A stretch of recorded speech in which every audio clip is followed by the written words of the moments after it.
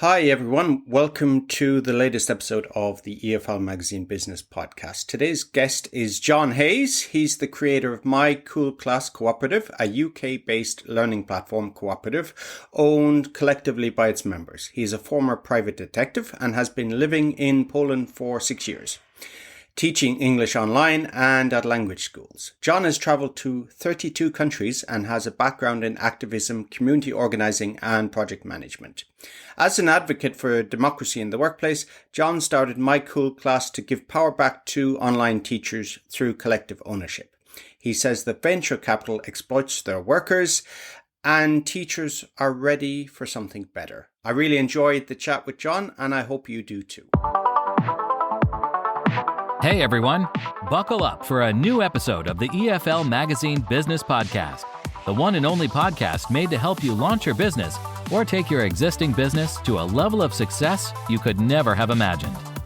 Whether you're a school owner, freelancer, publisher, or other entrepreneur, you're sure to pick up lots of actionable advice when you listen to the EFL Magazine Business Podcast. Remember to visit eflmagazine.com for great articles and features. Without further ado, here's your host, the founder of EFL Magazine, Philip Pound.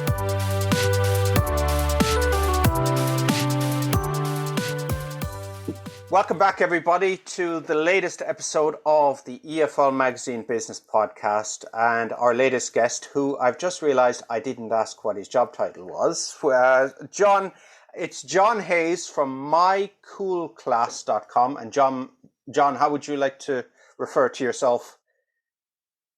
Well, thanks, Philip, for having me. Pleasure to be here. You could call me creator, founder. I am a director, but that sounds too professional for my liking. So creator is fine.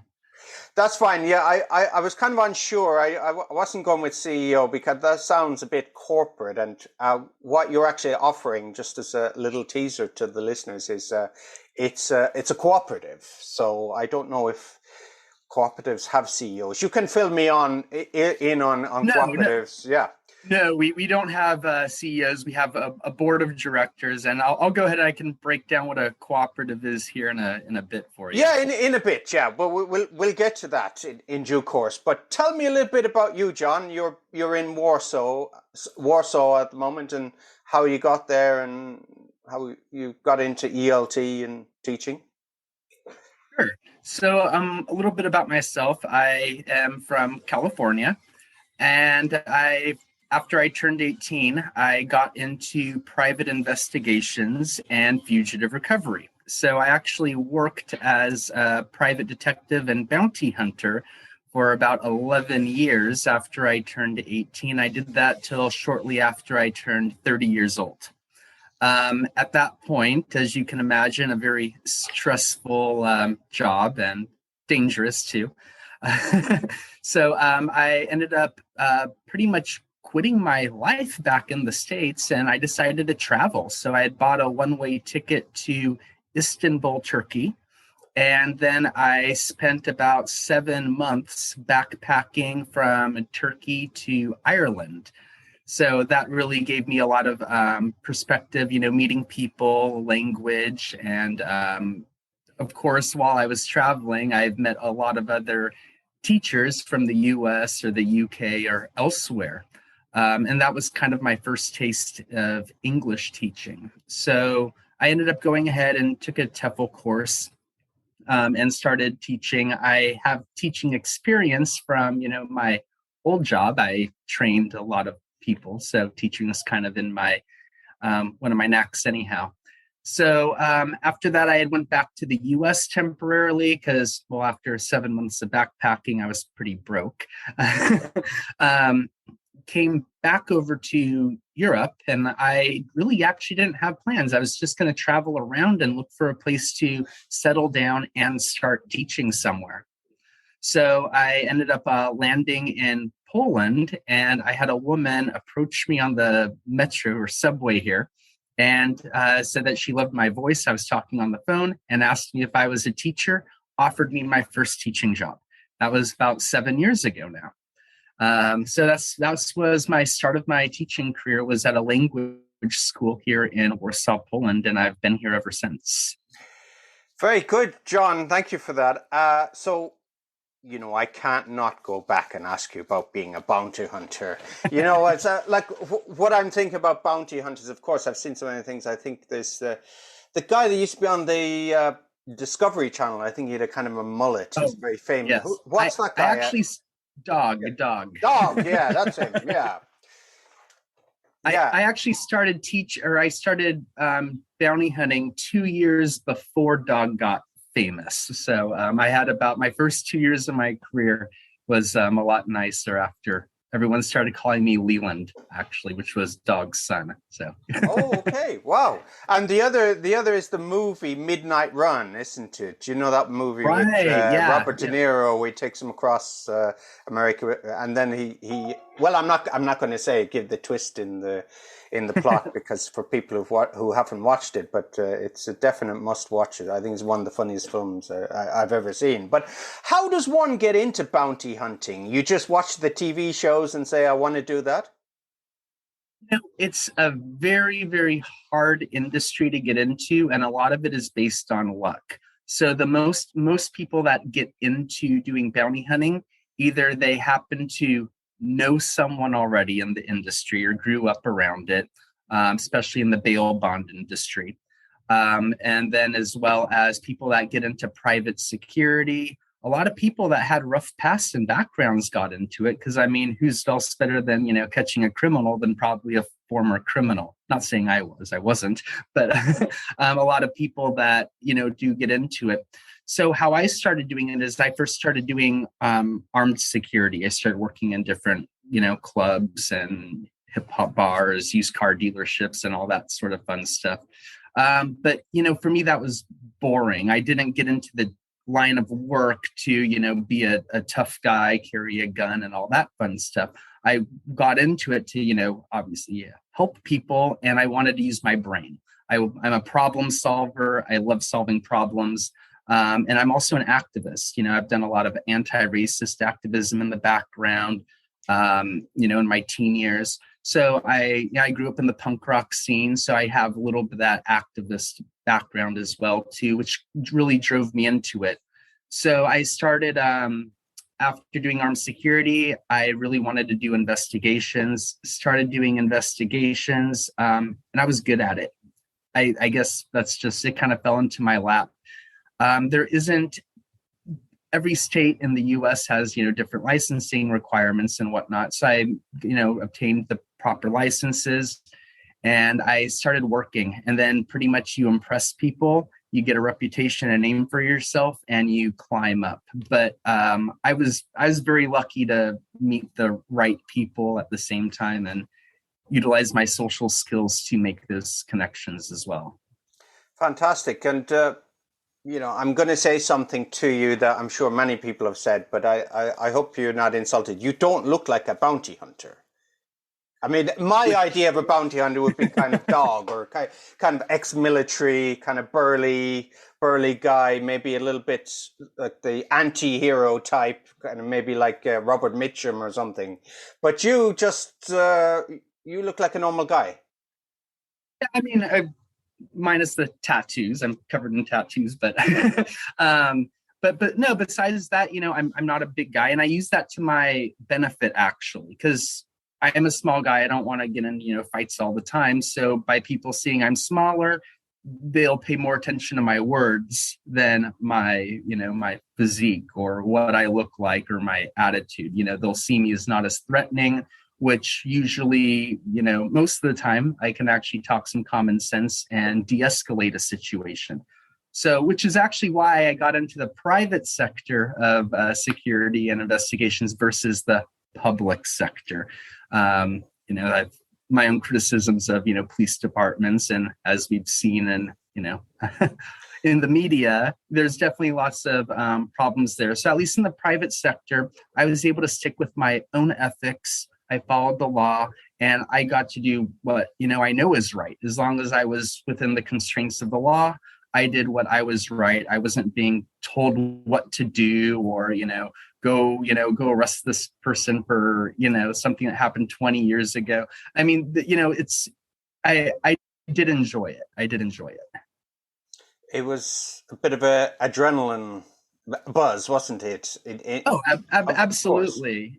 Yeah, it was Yeah. definitely, it was, I love hard work, which also brings me into, my cool class because, the whole point of being an investigator is being able to problem solve, critically think, ask questions, be a people person, and be resilient when it comes to figuring things out. That's the kind of personality it takes. Everything else is not as important. It's really just the drive and being a creative person. Fantastic. So that reminds me of I don't really want to go in and thank you for just alluding to it slightly, and then moving away was the U.S. Law and order system and policing all that, because I'm not an expert, and this is maybe not the forum for it. But it's really interesting what you say is using to diffuse a situation, de-escalate. Whereas things, they get violent very quickly, don't they? When words are exchanged and things are heated, and adrenaline is pumping, and So for you, I mean, can you tell me about a situation where that happened, and let's say how somebody that didn't have your skills, your particular set of skills, like Liam Neeson in Taken, is it? But how that may have turned a different way. Now, it's kind of funny because after I started, teaching, especially working with young children, I was actually able to use most of my skills, doing, law enforcement investigations as I did with teaching. You want to defuse situations, kids fight. I mean, as far as the how you do it is the same. Of course, you have different mediums depending if you're, dealing with a wanted fugitive or a 5-year-old who doesn't want to give his basketball back. But, but, for example, once I had to go and arrest a woman on multiple fraud charges. When I found her, she was about 8 months pregnant. She was supposed to be giving birth soon. I don't want to take her to jail on fraud charges. And the cool thing is, unlike the police, they would have arrested her and they would have forced her to, give birth in jail. I wouldn't do that. I'm like, all right, cool. Like, go ahead, give birth. You still have, I think, 5 months left before your warrant expires on, our company. Go ahead, give birth. Stay. I gave her, I think, about 2 extra months, planned a date. I said, keep in contact with me. Regardless, she still had to answer for, her crimes. But again, I gave her, 2 months out. When that week started approaching before she did have to go to jail, of course, I got ghosted. So, so she stopped answering. She left the place where she was at. She started, running house to house and house. And then I had to find her. My partner and I, and he's that burly, tough guy, which is kind of why we were good partners, the bad cop, good cop scenario there. She actually refused, when we found her, she refused to put down her baby. So she was holding her child, hostage, and she had a knife. So by me actually taking off my weapon, sitting down on her couch while she had herself, in the corner, I was able to, talk to her. And about 15 minutes later, she ended up giving me her child. My partner took her into custody. We had her sister come over and pick up the kid, and everything was fine. But again, if, law enforcement was there, she could have been killed, or the child would have been thrown into, foster care. I mean, just so many other bad things could have happened. So, while the system isn't perfect, that's really why I was driven to do that. Was I was able to handle things how I felt that they should be handled based on my own morals and ethics, and not what a supervisor told me to do. Okay, that's it's fascinating stuff, and thank you very much for recounting that story. And as a matter of fact, for people, I don't know what you is it. You don't do you arrest when you're a bounty hunter? What's it called? We're actually rearresting. Rearrest. Okay. Yeah. rearresting, because legally speaking, when a person gets arrested, they go to jail. So now that person is in the custody of the jail. When they get bailed out of jail, while they're allowed to, live their lives, go to work, and continue on, so forth, they're still legally in the custody of the bail bondsman. So when they go ahead and skip court and become a fugitive, I'm actually just rearresting them from that first time as such. Okay. So my question was, do you keep in touch with these people, or have they contacted you since? Has there been any nice stories, people change their lives, or happy outcomes, or generally? No, and when it comes to that, I keep my identity very private. I mean, it's been long enough now, since it's been about 8 years since I've retired from doing that, so I'm safe now. But I never had my full name, John Hayes, on social media and the phone book back in the day or anything. I've always kept that very, very quiet, because there are some very bad people, especially if you're dealing with gangs and other crime syndicates out there. Yeah, exactly. It reminds me actually of a school friend of mine who I met actually in a pub in Dublin, and we were walking down Old Grafton Street, and he's working as a prison officer in Mountjoy. I'm not going to give his name, but I think at the time, which is the biggest prison. Is it the biggest prison? I don't know. Probably it's the most well known anyway.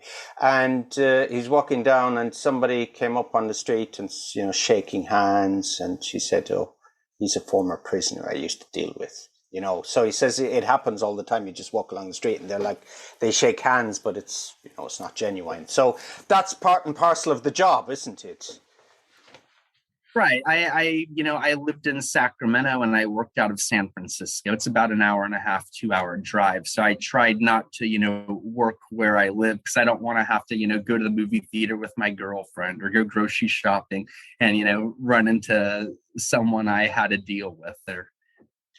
Yeah, exactly. So we'll move on. So you got out of bounty hunting, which is fascinating for somebody. It's totally American thing, isn't it? It harkens back to the Wild West in our minds, because things in other countries are so boring, really, and regimented, and come under the aegis of the government, don't they? Whereas bounty hunter seems a little bit like outside. It seems a bit maverick, doesn't it? To us, anyway. Maybe it's right. Not like that. No, absolutely. A lot of people, I just usually told people I was a security guard when I did it, because that saves a lot of questions. And plus, besides my close friends, most people didn't know what I did for a living. They thought I just did security or workers' comp surveillance for insurance companies, that type of stuff.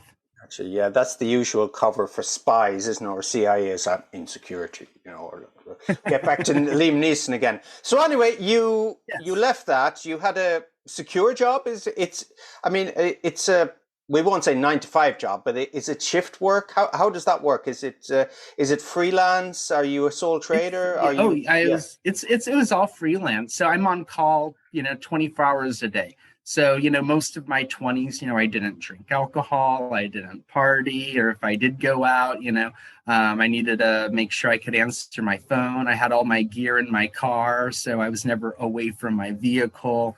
It was very hard. Sometimes, I could take off and be gone for 3 days or a week and not previously knowing where I'll end up.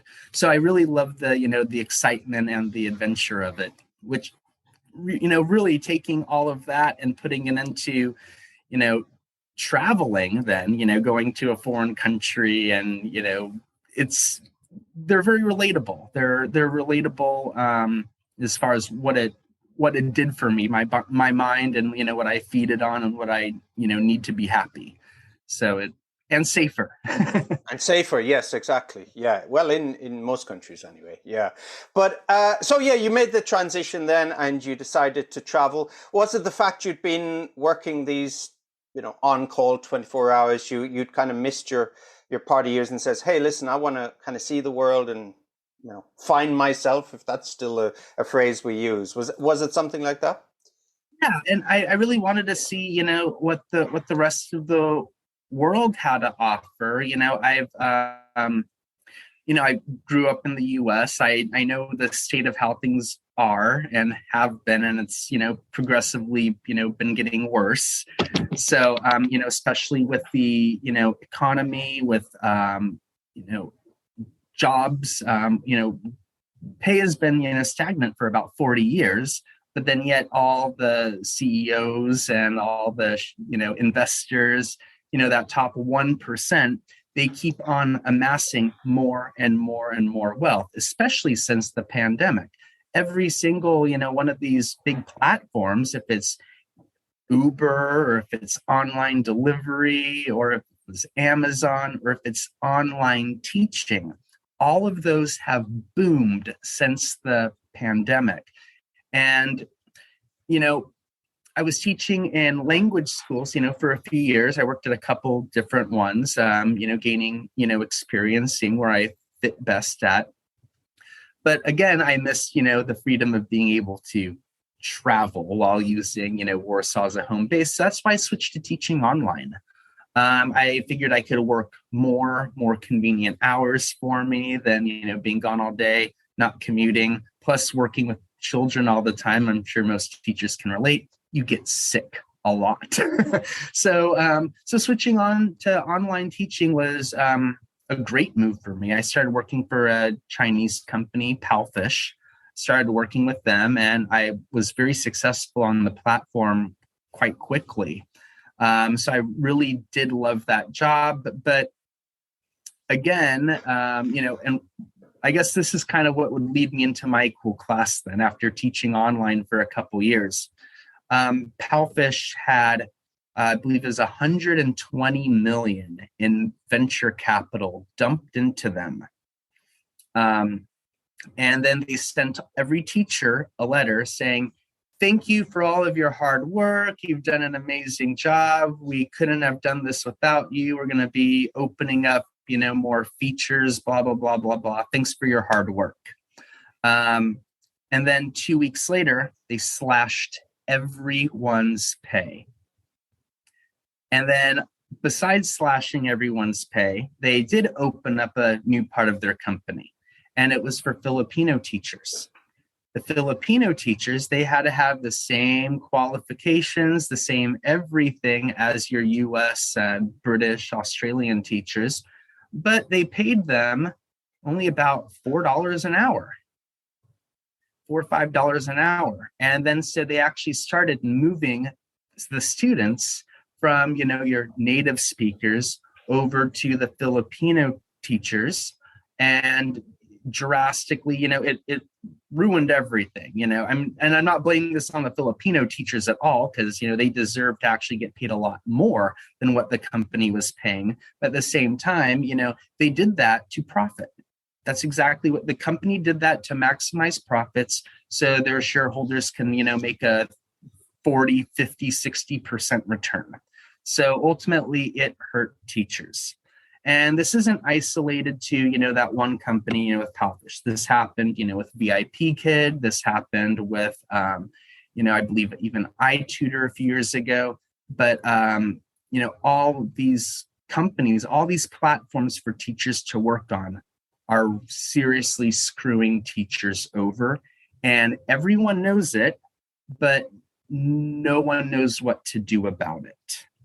And that's where MyCoolClass comes in. That's what started me to, inspired me to create MyCoolClass. Excellent, John. You're leading the podcast in the direction I wanted it to go, and we'll get into the meat of that in a little bit. But for someone lived in China for a few years, I think a Chinese friend, they explained. We can't explain Chinese customs and cultures in like an afternoon or like over a beer, but he said that if the boss in the company says you're doing a good job, that means next day is going to fire you. So it was kind of similar to this story, isn't it? You're all fantastic. And maybe for Chinese, they would know what that means. But for maybe foreigners, they're like, oh, we're doing a really good job. And then turn around, they they fire and rehire, maybe if that's not the right phrase in this case, but they, Sure. Yes, yeah, absolutely. yeah.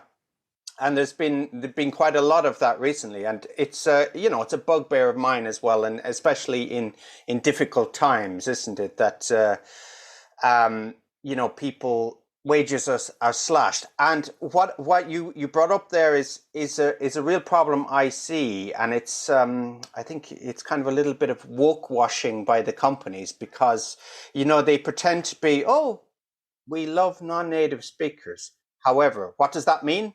It means we'll pay them less in a lot of cases. Oh, absolutely.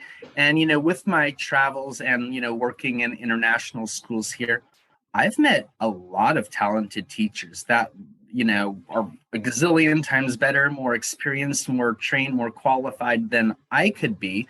And, when they're getting paid significantly, lesser than I am, I kind of feel like an idiot. I mean, really though, it's just unbelievable. I mean, imagine if you were rebuilding, a wall on your house, or repairing dry rot, and you have a professional architect or construction worker who's been doing this for 30 years standing next to you, but then yet you're getting paid, 200 an hour while they're getting paid, 25 an hour. You'd kind of be scratching your head. And, I mean, just not saying you can't repair, a wall yourself, but I mean, just still the levels of qualifications and the pay, it's just very discriminatory. Not to mention a lot of the Chinese platforms did this. They did a lot of things working on a point system, where the more classes you teach, the more you get paid. And even, Western companies, the big giant Preply, for example, everyone knows Preply. They start off at a 33% commission, and then it goes down, I think, to 18 or 19% the more classes you teach. Since I started MyCoolClass, I've spoken with, hundreds of teachers that have, worked at Preply and have experience there. And I think I've only met one or two that have been paying anything less than, 22% on the platform. And, with big platforms, if it's Preply or italki or, any of these big fish, no one knows how their algorithms work. They are a top trade secret. Now, just to draw a little, just to draw a line, between two companies. So Deliveroo, are you familiar with Deliveroo? They're kind of like the Uber Eats. Is that right? Uber Yeah. Eats or DoorDash. So Deliveroo, I think they're started in the UK. They're in like a lot of Western European countries, Spain and Italy, I know they are. So actually, one of the top investors behind Preply is Hoxton Ventures. And another one of their big and top investments was Deliveroo. So the same investors between Deliveroo and Preply are the same, Hoxton Ventures. Now, unlike Deliveroo or Uber Eats or Uber or other rideshare platforms, with delivery drivers, they're a physical person working in a physical location with a physical interaction, with restaurants and then the people that they serve, right? So you have a little bit more of a, people pay attention to that more because you're working in public, so to speak. You're not just working behind a computer such as online teachers are. Same thing with Uber. You need a driver's license, you need insurance. So there's been a lot of talk in the media for quite some time about the exploitation of Uber drivers, DoorDash, Uber Eats, and all of that. And there is a lot of, rightfully so, they definitely deserve that attention. But for some reason, online teachers are not seen as gig workers, and they are. By every single definition of gig worker, online teachers are gig workers and deserve to be in the same conversation as Uber, delivery, Amazon workers, and all the whole conversation. So we're really trying to, draw to that. But again, if you have a company based in China hiring someone in, a US citizen living in Poland, such as myself, I have zero legal recourse. If they decide they don't want to pay me, if they, just decide to take away all my money for no reason, or, kick me off the platform without notice. And the same goes with, Preply, Italki, Verbling, all of these companies, they are unsustainable. They don't guarantee you any work. They're constantly, these recruitment bonuses. The more they have teachers recruit and pay them, the more oversaturated the platform becomes, higher commission they're paying. Teachers are now stuck working on 4, 5 different platforms. They're running all over the place, and it's unsustainable work, period. And yeah, you brought up the saturation problem, which you kind of anticipated what I was going to say. Same with the Uber drivers, wasn't it? There was a surfeit of Uber drivers in India, and then there were not enough passengers for the drivers. So it's a similar thing as what has happened with the teaching platforms. Sure, absolutely. And it's all profit driven. All of it is profit driven, and it only benefits a small handful of people. Yep. And how about the value of, so this is something that I've talked about with guests before, and especially people who are teaching teachers to go out on their own, and coaching is, charge what you're worth, your true value. So, when there's a situation when you just compete on a commodity, it's a race to the bottom, isn't it? And that's generally what happens.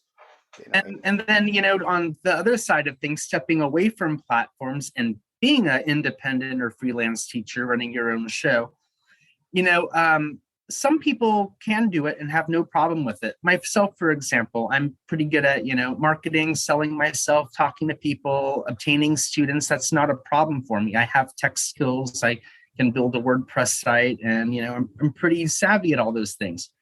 But since, the Chinese market collapsed, and now there's all these teachers scrambling to find things, that are, similar, so to speak, a lot of them are branching off to go solo.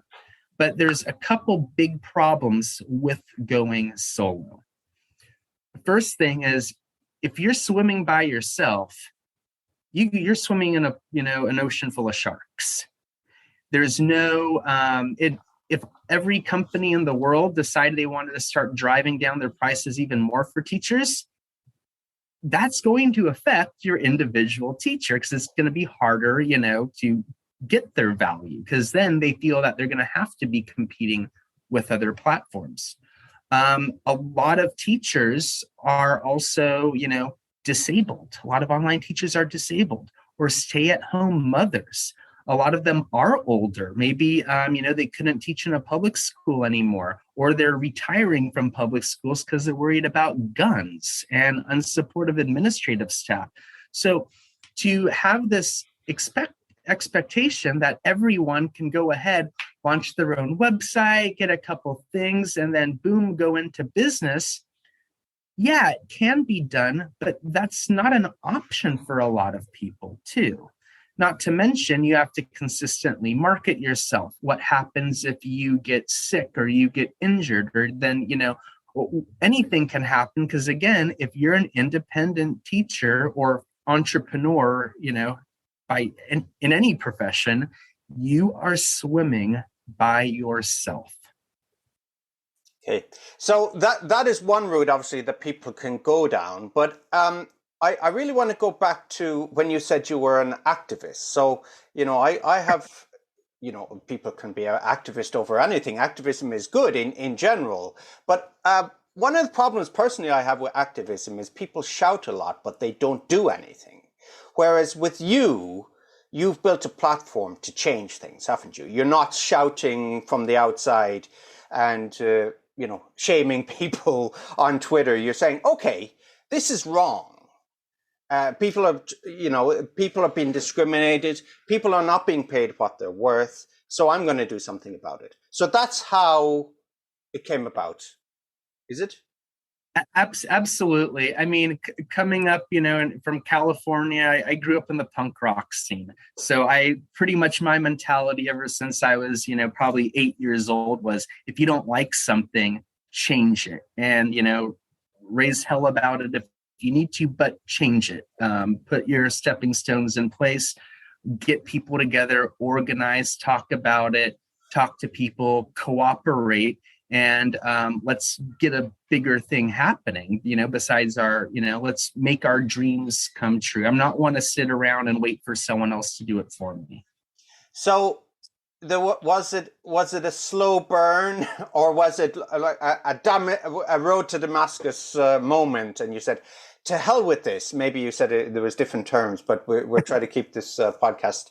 I don't have to tick the explicit box, but yeah. So did you turn around and say, "Hey, listen, as you said, I have the WordPress skills, I have the marketing skills, I have life experience. I've been in tough situations, so this is what I'm going to do." How did that come about? Did you meet with somebody and say, "Let's do it together"? You had a meeting. Let's launch a website. Where did it start? Sure. Well, at that point in time, the company I was with, they were, burning teachers left and right. So I'm in a lot of, different teacher groups on Facebook. So, just really paying attention to all these complaints. My partner, she's a graphic designer, web designer. So she really helped a lot. She's the non-teacher, the quiet one, but she's one of the founders and directors too. So she really helped, build the image, and the branding of it. And also my other buddy, Scott, he's an American, living here in Poland as well too. I spoke with him about it. And then we kind of just started putting the idea out there. We just created one landing page in the very beginning, just kind of put a little manifesto on it to see who would be interested in signing up.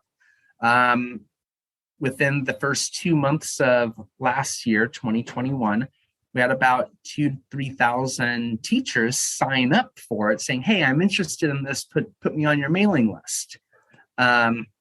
So then that's when we kind of decided, hey, a lot of people want this, and I think we have a fighting chance to make it happen.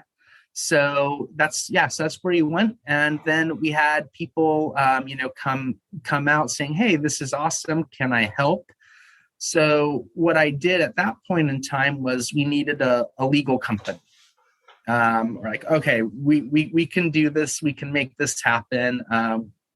Let's start.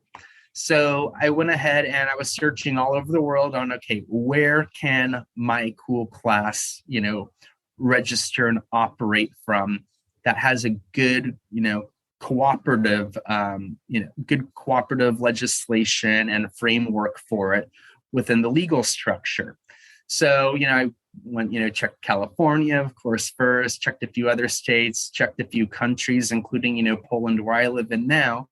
But every direction I looked in, everyone said, go look to the UK, go look in the UK. And the UK does have, they have a huge, cooperative movement there. They have,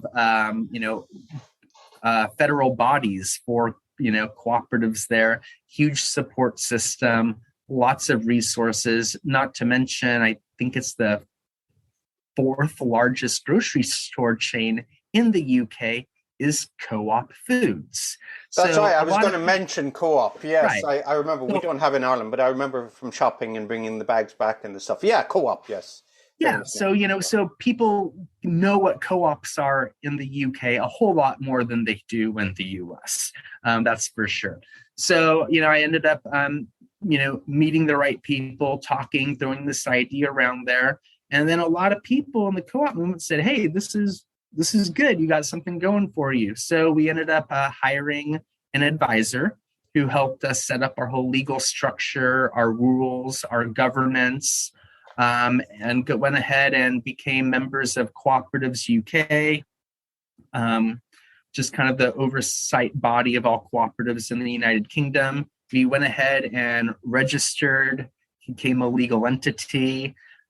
We went ahead and, got a white label learning management system that we had customized and integrated.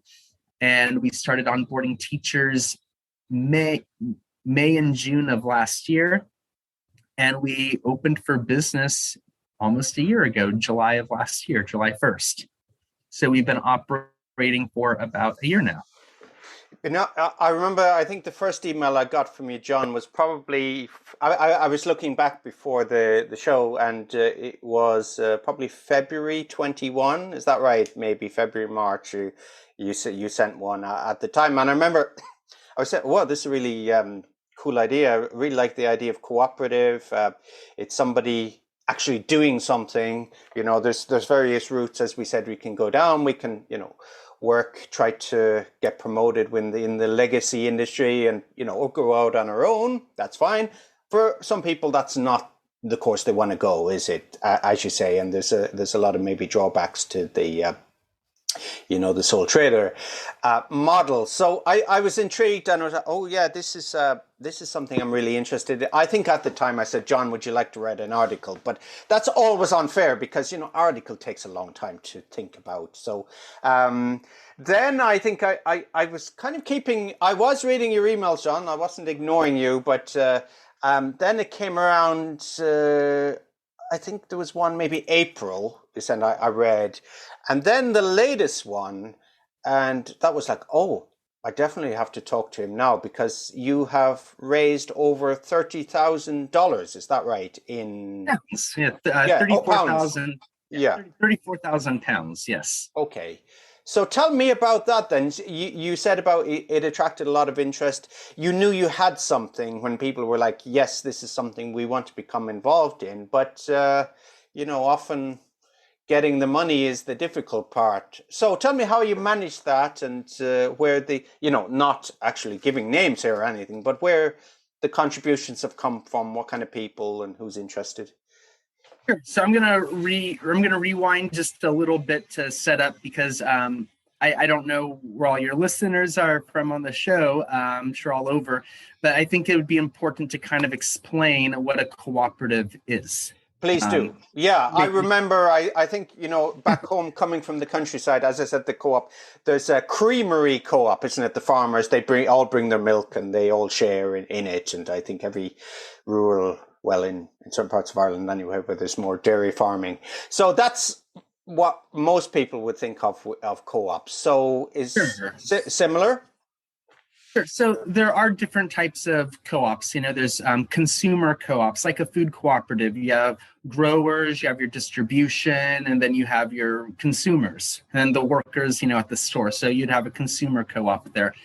So MyCoolClass is a worker cooperative.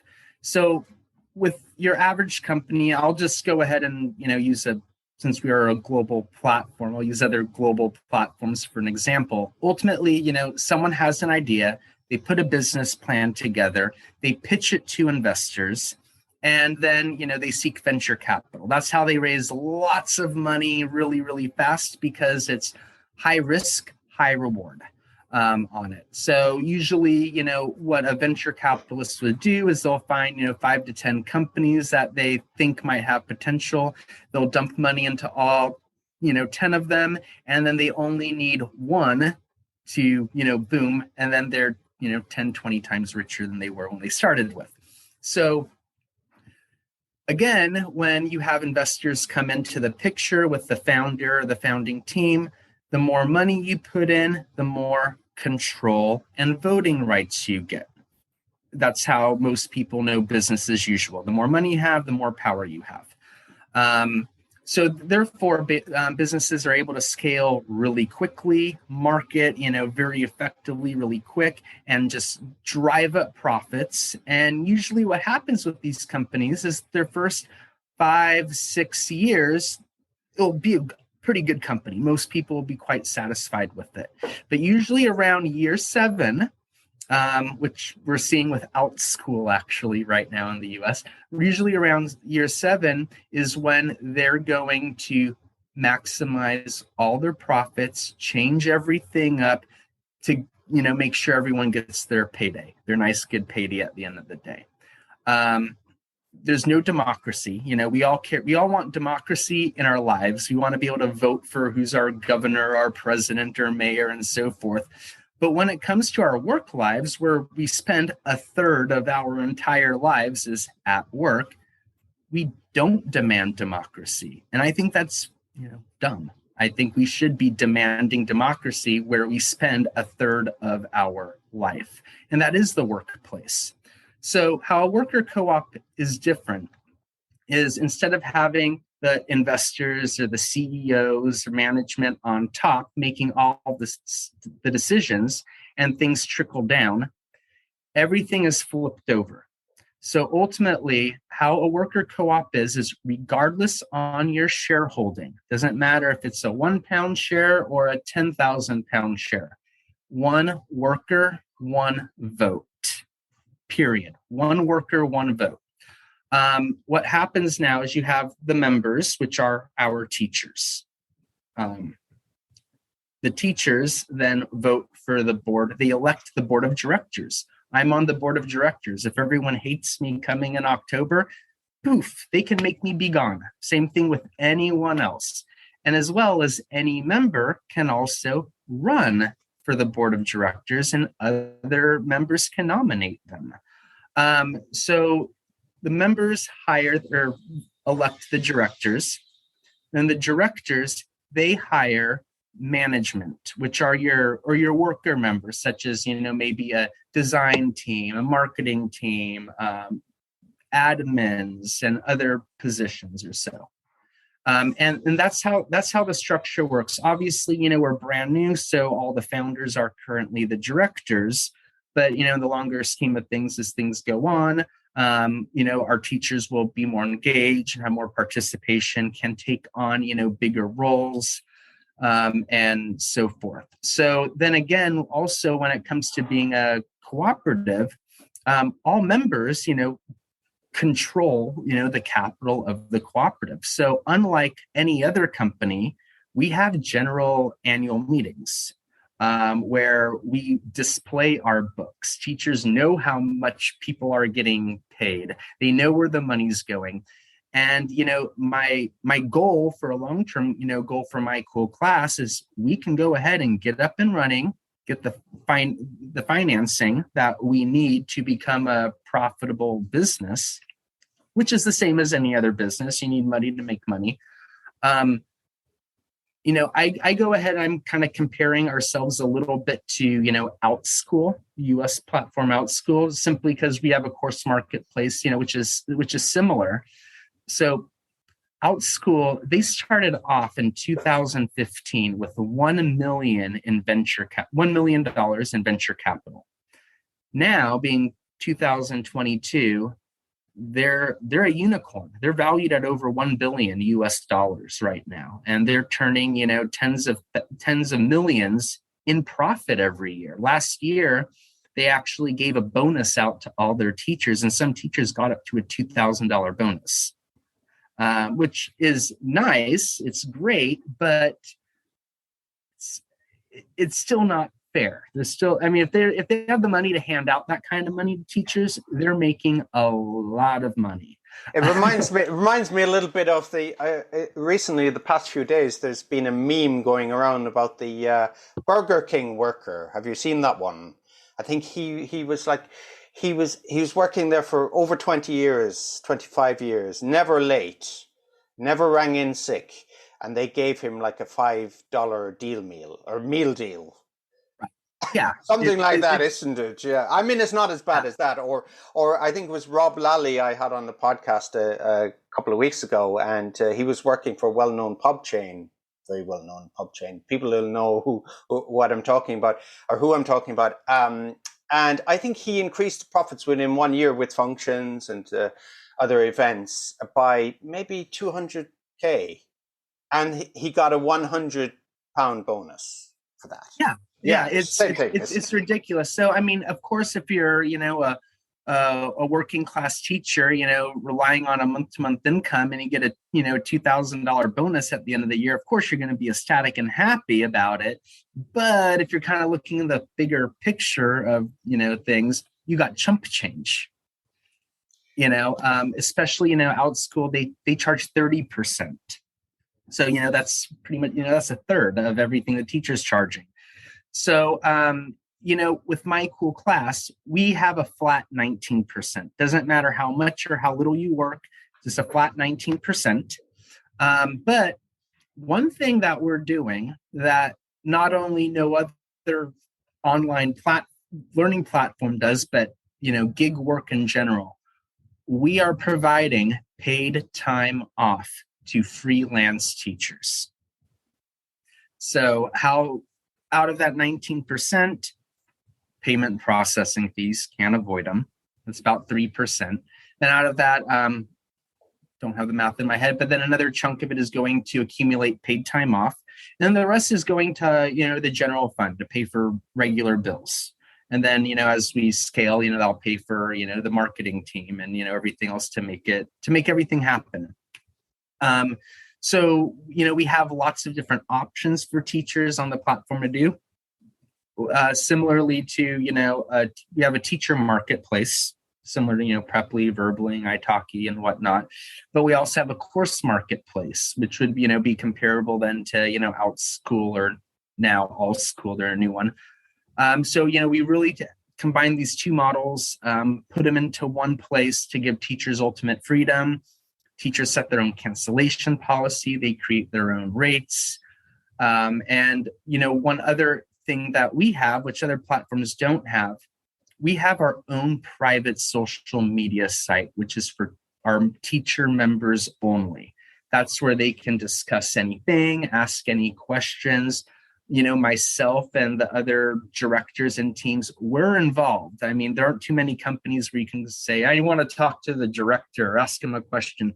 We're cool like that. If one of our teachers even has basic questions for me, I'll meet with them and chat with it. Not a big deal. I want everyone to, be involved, feel welcome. And of course, transparency is key for us. Yeah. And that was one of the things I didn't like. Well, I'm not a corporate person. You probably, if anybody knows me, they would know how did that person ever work in corporate life. But that's what you say is that you're accessible to people. Or, it's a flat organization in a lot of ways. Yeah, and from what I remember is working in a corporate organization, you'd have your line manager, then there would be a manager above that manager, and a lot of the higher managers, they wouldn't talk to like the regular plebs, as we call ourselves. I don't usually use that term, but for myself I can. But so they wouldn't talk to us directly. They'd blank us on the corridor if we asked a question. It would have to go through the line manager. It's like, who wants to put up with these situations? Yeah, I mean, if it's an easy question, I can reply really quick. I mean, I will. It's just, I will never wear a suit and tie. I'm not that kind of, person. I always put on a collared shirt for here, but, but none of us are like that. We all have a variety of different backgrounds. Our director of finance, he's in South Africa. We have our director of co-op education. She's in Indonesia. Our admin team is, we have one in the UK, Argentina, Panama, Ecuador, Australia. I mean, our core team is global. And then our membership is, even more global. I believe we have teachers from over 30 or 40 different countries right now. We have about 300 teachers. So, we're growing. And then again, John, tell me about the fundraising, please. Yes, I really want to know about that. Sorry for cutting across you there. Yes. Yeah, no problem. So fundraising, again, like any other business, we need money to be able to sustain, grow, and build. We're no different except for the fact that big investors and venture capitalists want nothing to do with us because they won't get rich off of us and they can't control us. So what we're doing is called a community shares offer. So it's pretty much a fancy name for withdrawable shares within a cooperative society. We need to raise £300,000. That is our target. 300,000 pounds is our target, and that makes the whole world go around. Provide working capital, because all of us have been working for free for 2 years almost. And we need to market. We need to hire, a marketing team, and we need to get out there. We need to hire more developers. We need to grow.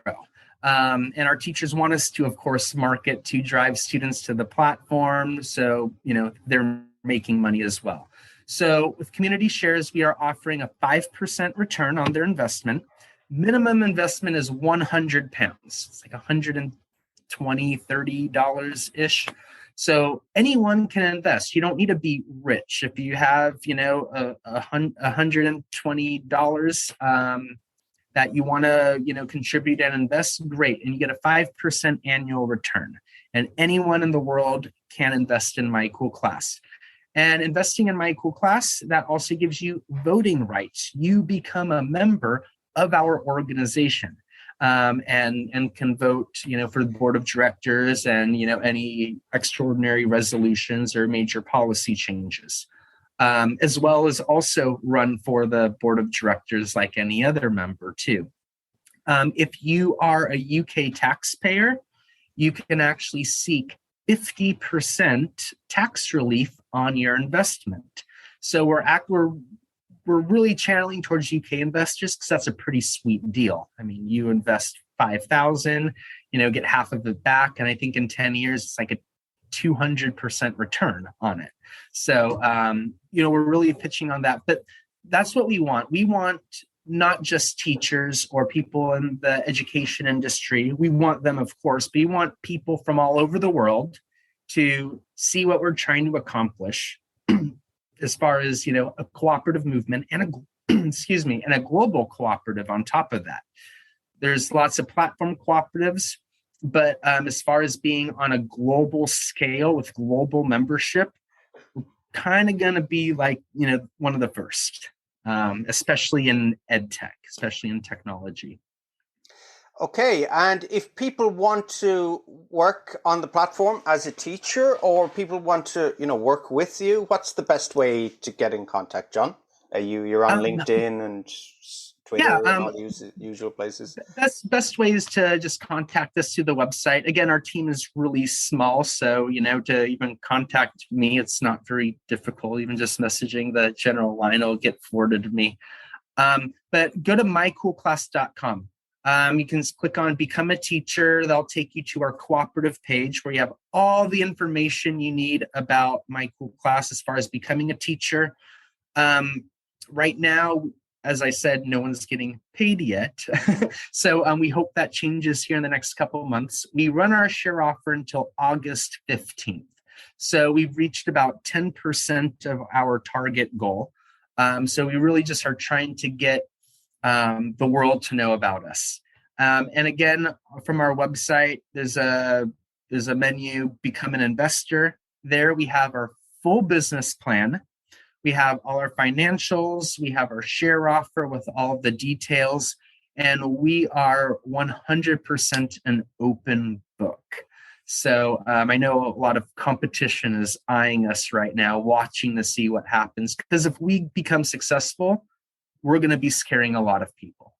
We'll easily, that's really our business plan. We will become the best platform for teachers and students. And naturally, that will bring business our way. We have the best teachers in the world. We're going to have a full student base. And I'm thinking if you do scare a lot of people, you might have to fall back on your security skills. Maybe. Exactly. So, John, espionage. Yeah. So, John, thank you. Thanks again. Thank you. Thanks for listening to the EFL Magazine Business Podcast with Philip Pound. For more great advice and resources, check out eflmagazine.com. If you found this podcast helpful, be sure to subscribe so you never miss an episode. See you next time.